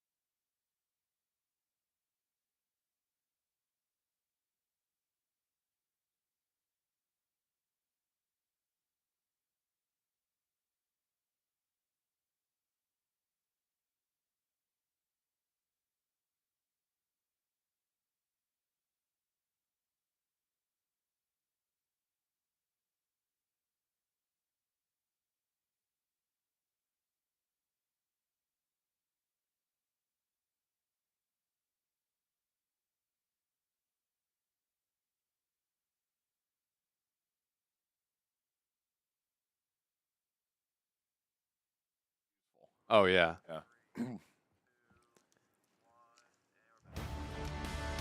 Fans getting their jerseys signed here post-game in Hartford.